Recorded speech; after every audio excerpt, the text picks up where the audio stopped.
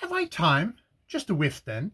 She leaned forward, holding the tip of her cigarette to his. As she did so, he noted with a purely impersonal enjoyment how evenly the black lashes were set in her smooth white lids, and how the purplish shade beneath them melted into the pure pallor of the cheek. She began to saunter about the room, examining the bookshelves between the puffs of her cigarette smoke. Some of the volumes had the ripe tints of good tooling and old Morocco, and her eyes lingered on them caressingly, not with the appreciation of the expert, but with the pleasure in agreeable tones and textures that was one of her most inmost susceptibilities. Suddenly her expression changed from desultory enjoyment to active conjecture, and she turned to Selden with a question. "You collect, don't you? You know about first editions and things." "As much as a man may who has no money to spend. Now and then I pick up something in the rubbish heap, and I go and look on at the big sales." She had again addressed herself to the shelves, but her eyes now swept them inattentively, and he saw that she was preoccupied with a new idea. "And Americana? Do you collect Americana?" Selden started and laughed. "No, that's rather out of my line. I'm not really a collector, you see.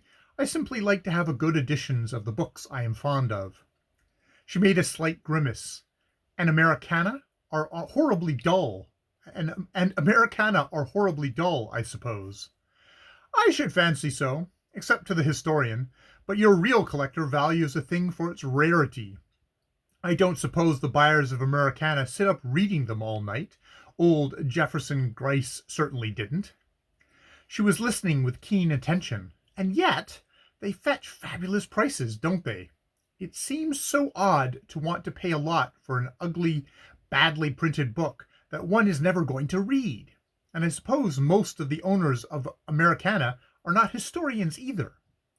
"No, very few of the historians can afford to buy them. They have to use those in the public libraries or in private collections. It seems to be the mere rarity that attracts the average collector." He had seated himself on an arm of the chair near which she was standing, and she continued to question him, asking which were the rarest volumes, whether the Jefferson Gryce collection was really considered the finest in the world, and what was the largest price ever fetched by a single volume.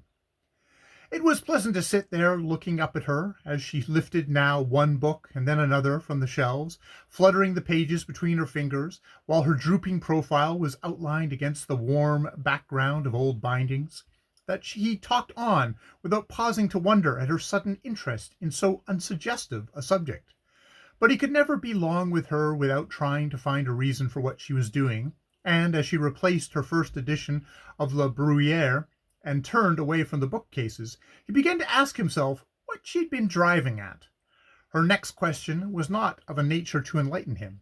She paused before him with a smile which seemed at once designed to admit him to her familiarity and to remind him of the restrictions it imposed.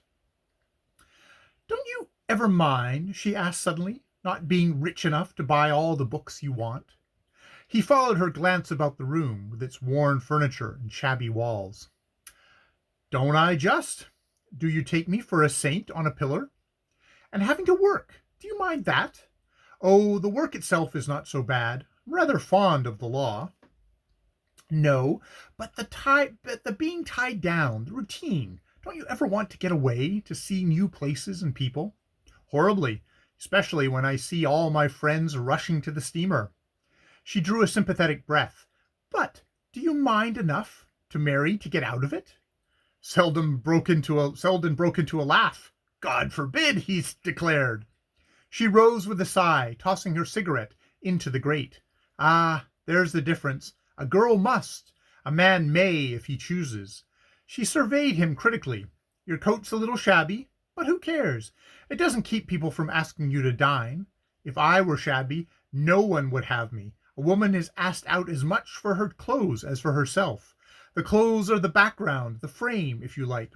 They don't make success, but they are part of it. Who wants a dingy woman?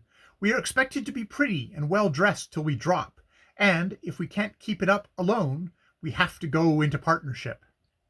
Selden glanced at her with amusement.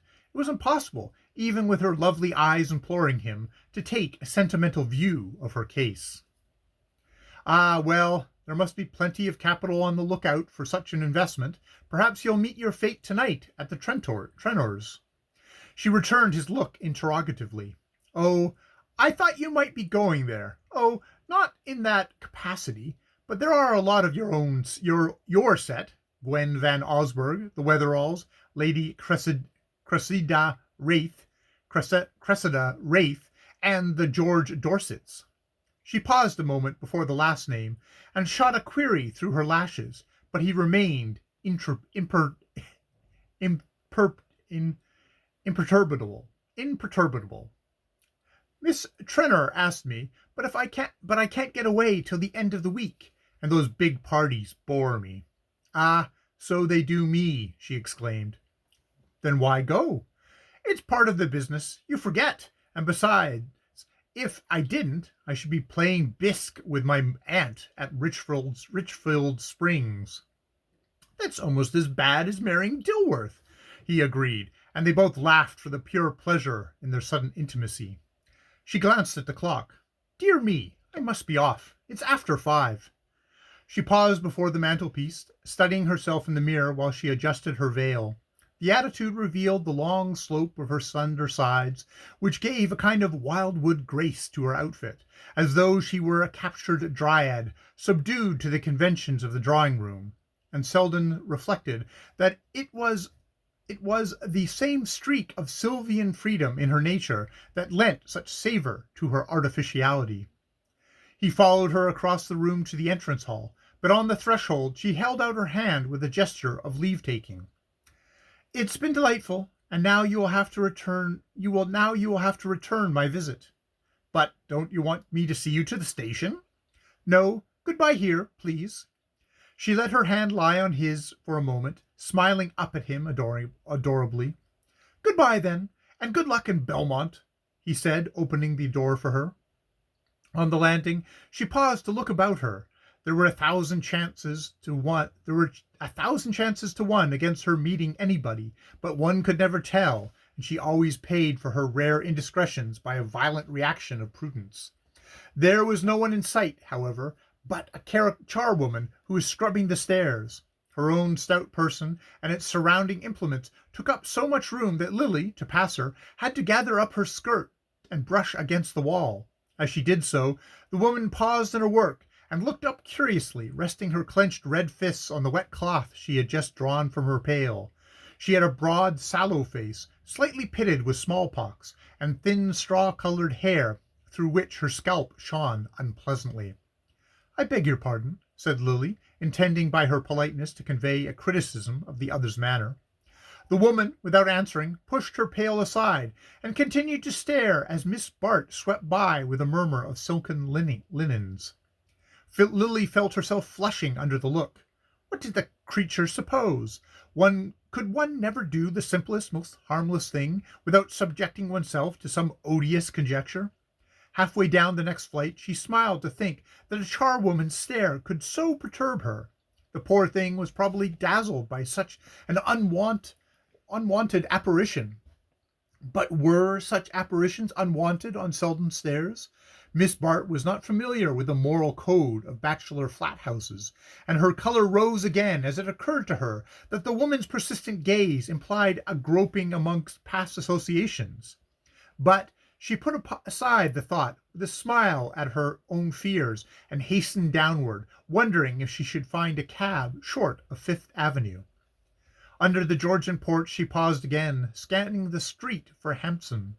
None was in sight, but as she reached the sidewalk she ran against a small, glossy-looking man with a gardenia in his coat, who raised his hat with a surprised exclamation.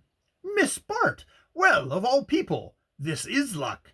he declared, and she caught a twinkle of amused curiosity between his screwed-up lids. "Oh, Mr. Rosedale, how are you?" she said, perceiving that the irrepressible annoyance on her face was reflected in the sudden intimacy of his smile. Mr. Rosedale stood scanning her with interest and approval. He was a plump, rosy man of the blonde Jewish type, with smart London clothes fitting him like upholstery, and a small sidelong eyes which gave him the air of appraising people as if they were bric-a-brac. He glanced up interrogatively at the porch of the Benedict. Been up to town for a little shopping, I suppose, he said, in a tone which had the familiarity of a touch. Miss Bart shrank from it slightly, then flung herself into precipitate explanations. Yes, I came up to see my dressmaker. I am just on my way to catch the train to the Trenors. Ah, your dressmaker, just so, he said blandly. I didn't know that there were any dressmakers in the Benedict. The Benedict? She looked gently puzzled. Is that the name of this building? Yes, that's the name. I believe it's an old word for bachelor, isn't it? I happen to own the building. That's the way I know it. His smile deepened as he added with increasing assurance, but you must let me take you to the station. The Trenors are at Belmont, of course. You'll barely time to catch the 5:40. The dressmakers kept you waiting, I suppose.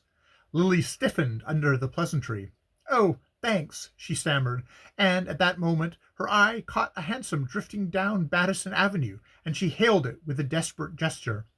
You're very kind, but I couldn't think of troubling you, she said, extending her hand to Mr. Rosedale, and heedless of his protestations, she sprang into the rescuing vehicle and called out a breathless order to the driver. End of Chapter 1.